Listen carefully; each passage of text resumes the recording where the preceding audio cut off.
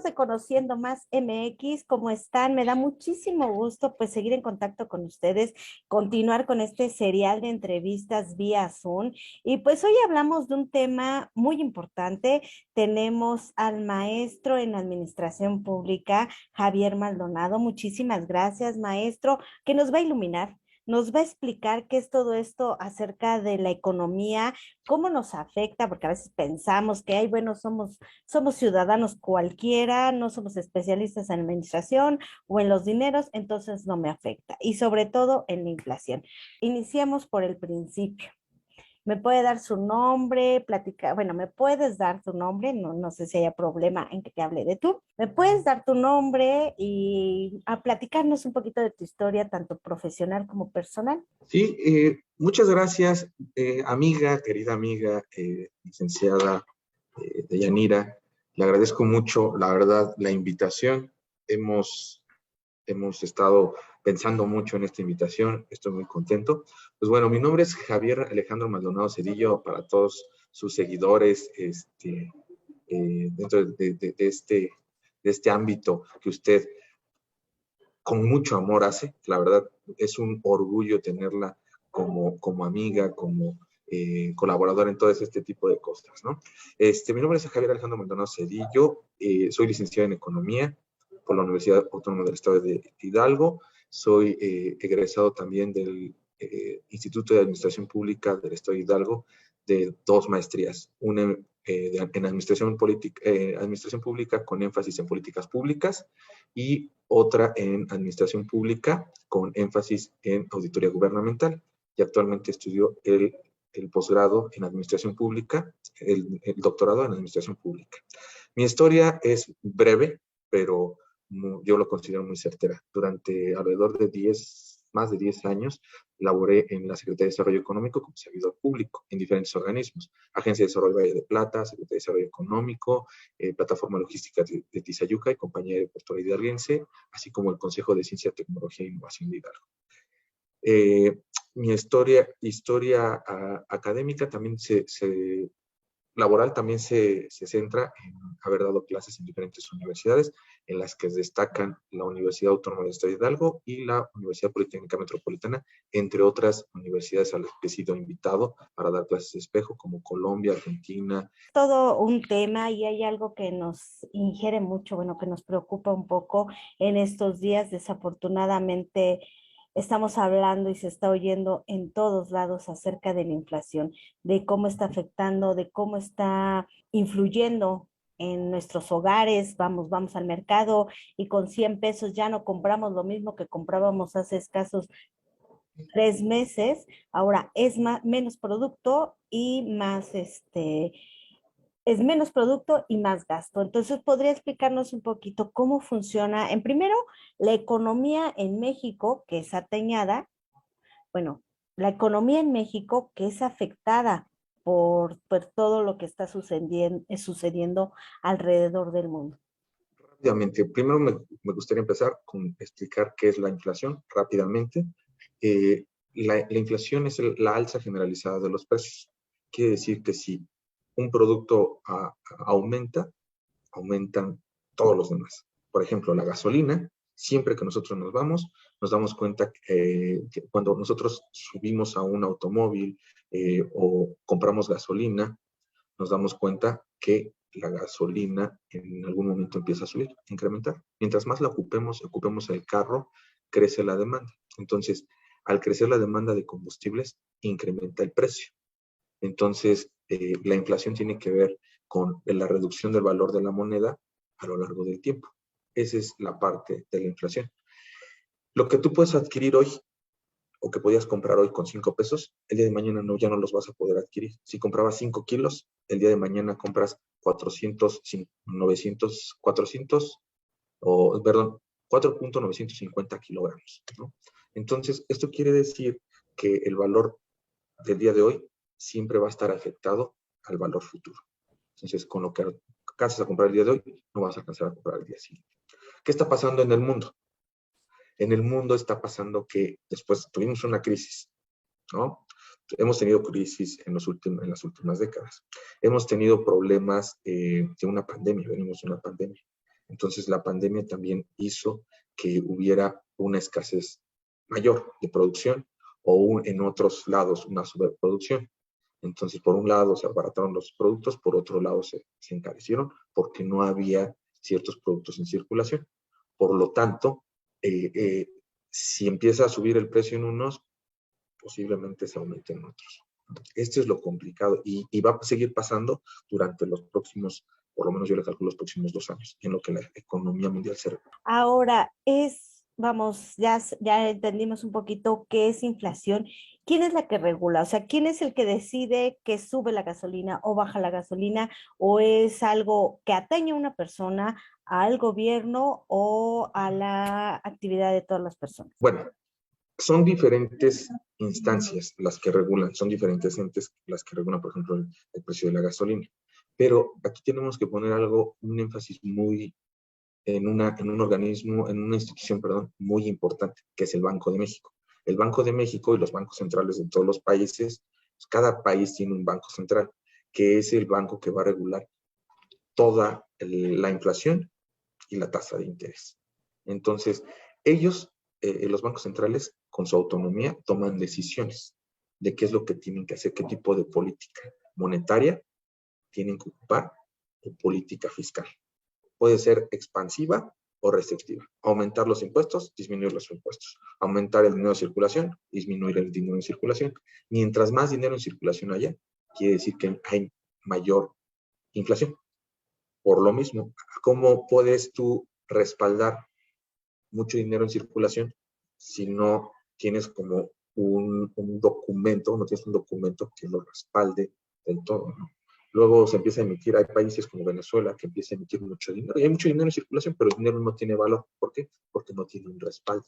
Por eso ustedes ven algunos países que tienen esos problemas de inflación y que dicen, bueno, es que tienes un fajo de billetes así, pero no vale ni siquiera $1, porque ese dinero no está respaldado por el Banco Central. Entonces los bancos centrales tienen que emitir moneda respaldada para que no exista inflación. Ahora, por ejemplo, ya aquí estamos tratando el tema de que las decisiones que pueden regular esta parte es tanto del Banco de México, nosotros como ciudadanos normales, ¿cómo nos afecta directamente esta parte? Y dos, ¿cómo podríamos prevenir que no nos afecte tanto? Por ejemplo, a los que somos amas de casa, a empleados administrativos, a todas esas personas que vamos todos los días al mercado, vamos todos los días al súper y pues vemos que las cosas están, aunque se oiga feo, están empeorando. O sea, desafortunadamente así lo vemos, ¿no?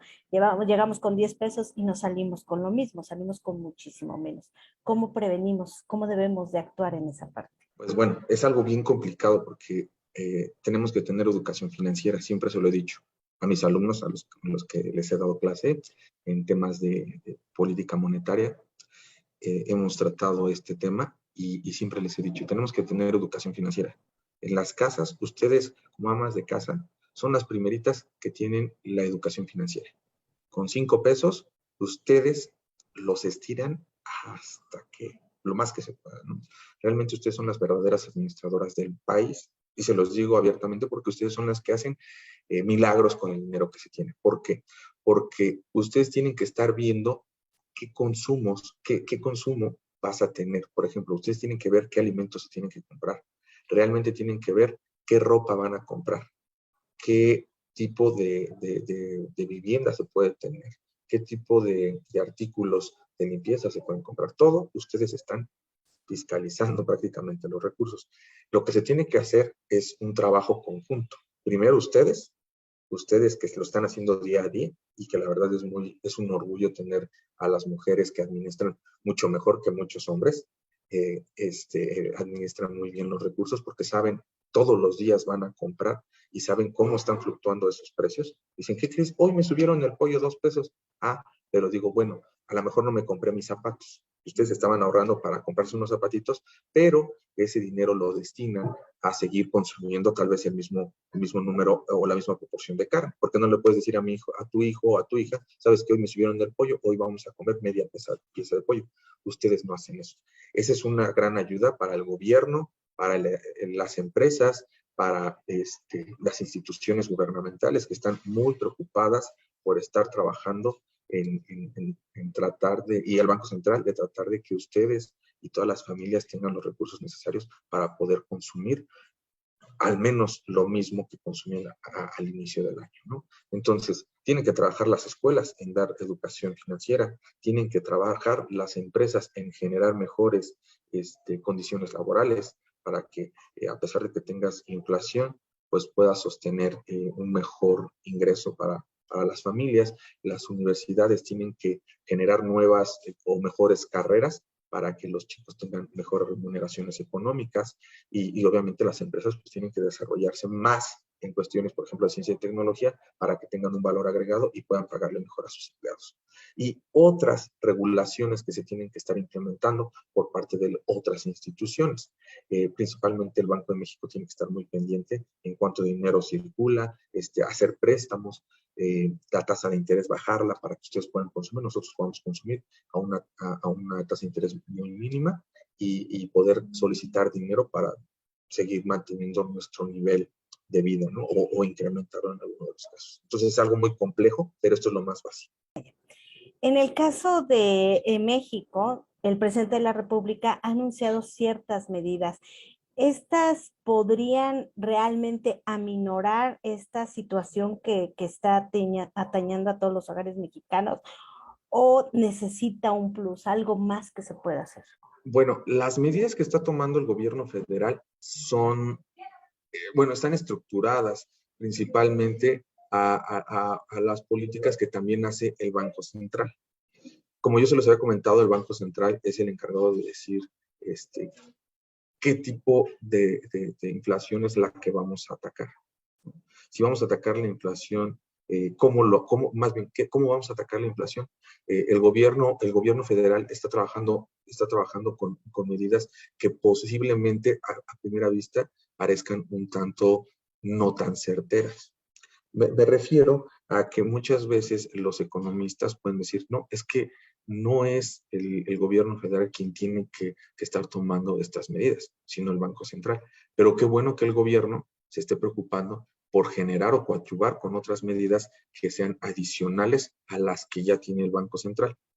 Porque considero que el gobierno en todas sus funciones también tiene que preocuparse por esto. Le da la autonomía, porque el Banco Central, el Banco de México tiene autonomía y decisiones que también tienen que pasar por, por visto bueno, pero sin embargo, el Banco Central pues puede adoptar y decir, ¿sabes qué? Vamos a bajar la tasa de interés para incentivar el consumo y la gente pueda pedir prestado y ya después ellos verán cómo van a poder pagar ese tipo de préstamos, esos créditos, ¿no? Aquí lo que pasa es que muchas veces se otorgan, por ejemplo, las instituciones crediticias empiezan a otorgar tarjetas de crédito a un costo muy bajo y la gente empieza a gastar con esa tarjeta de crédito. ¿Pero en qué empieza a gastar? En productos de primera necesidad, como es alimento, vestimenta y esas cosas. Y después, esos alimentos pues, los tiene que volver a comprar dentro de 15 días, pero todavía no ha pagado la tarjeta de hace 15 días. Y entonces ya se le acumularon otros 15 días. Y entonces es una bola de nieve. Entonces, ¿qué se tiene que hacer? Tratar de regular esa parte de las tarjetas de crédito. Por ejemplo, ¿no? Una medida de desincentivar también el préstamo, el pedir dinero prestado a través de las tarjetas de crédito. Se los comento como un ejemplo, pero las instituciones crediticias junto con el Banco Central y el gobierno tienen que trabajar mucho en poder ofrecer mecanismos que regulen o generar políticas que autorregulen el consumo de los ciudadanos cuando no se tiene el suficiente ingreso, cuando hay personas desempleadas y que aún así se les otorgan créditos, por ejemplo, y que tengan facilidades para generar o comprar más bien estos artículos de primera necesidad. Y el gobierno federal también está trabajando en buscar, pues, que los chicos que apenas están egresando, pues se puedan insertar en el mercado laboral, una medida bastante certera en que ya haya un ingreso para las familias y también esta directriz de poder generar, ¿cómo se dice?, proyectos o programas sociales, subsidios, esta parte que también es importante para incentivar el consumo interno, ¿no? Entonces creo que el gobierno federal en esa parte sí le doy un acierto, salvo también hay que hacer un análisis más profundo de cuál es la propuesta, porque esto apenas lo acaba de anunciar en estos días y todavía hay mucho análisis que hacer, cuáles son las propuestas exactas y ver que no vaya a tener una repercusión a corto plazo y a mediano plazo, ¿no? Para las familias o los recursos que se están destinando, que se van a destinar a estas medidas. Una de las consecuencias que dejó la pandemia, desafortunadamente, fue mucho desempleo. Aclaro, este tipo de situaciones es cuestión mundial, o sea, no fue meramente en nuestro país, sino desafortunadamente fue a nivel mundial. ¿Qué les recomendarías, por ejemplo, a todas esas personas que vienen de esta pandemia, de esta pospandemia, eh, bajas ventas o un trabajo que se les bajó el sueldo o de plano reciben este 2022 y siguen este 2022 sin empleo? ¿Qué se les recomendaría a estas personas? Siempre me hace preguntas muy complicadas y creo que esta todo lo que estoy diciendo es desde el punto de vista como administrador público, como docente y como, pues, con el nivel académico que se tiene, el conocimiento que se tiene, trato de enfocarlo de la manera más positiva, ¿no? Entonces, es algo bien complicado en estas fechas, en estos tiempos, porque la recuperación económica no va a ser sencilla. Las palabras son desalentadoras, pero finalmente las personas tienen que buscar el sustento, ¿no? Y lo más seguro que les puedo lo que les puedo asegurar es que del mercado formal que teníamos, estos altibajos que hemos tenido en todas las personas que han sido de alta en el IMSS, por ejemplo, que es una medida para poder tener un índice o un indicador que te diga cuántas personas están laborando formalmente, pues muchas de estas personas se quedaron sin empleo en la pandemia y se fueron al mercado informal. Y es algo que tiene que suceder. Es normal que suceda en la economía mexicana o en las economías latinoamericanas, pasar del mercado formal al informal. ¿Qué quiere decir? Que no tienen seguridad social principalmente, o prestaciones, ¿no? Entonces estas personas pues se dedicaron a la subcontratación, por ejemplo, que por ahí ya hubo unas medidas para erradicar esa parte de la subcontratación, pero sin embargo todavía se sigue dando, ¿no? O empezaron a vender más, hubo un crecimiento, por ejemplo, en la venta de las ventas por catálogo, eso también mucha gente se fue a ese sector de poder ofrecer ventas de ropa, de accesorios. Muchas amas de casa empezaron a incursionar en el mercado laboral en ese tipo de cuestiones, ¿no? O empezaron a comprar, con lo poco que tenían, empezaron a comprar productos y los empezaron a vender sin estar dados de alta, por ejemplo, en Hacienda. Y es algo normal cuando ocurre una crisis o es normal cuando las personas se quedan sin trabajo. Y es una curva que tenemos que ir revirtiendo, que esa curva, en lugar de ir de crecimiento en el mercado formal y de decrecimiento en el mercado, crecimiento del mercado informal y decrecimiento del mercado informal, la tenemos que revertir. ¿Y qué tiene que hacer? Pues las empresas, que son las principales impulsoras, las principales instituciones que impulsan la generación de empleos, pues todas las personas que se quedaron desempleadas tendrán que en algún momento emprender un negocio. Y este negocio lo tendrá que regular la economía mexicana, las instituciones mexicanas tendrán que estar regulando los negocios. Esa es la primera opción. La segunda opción, pues entrar en programas de subsidio. El gobierno tiene que subsidiar a las personas que no tienen empleo.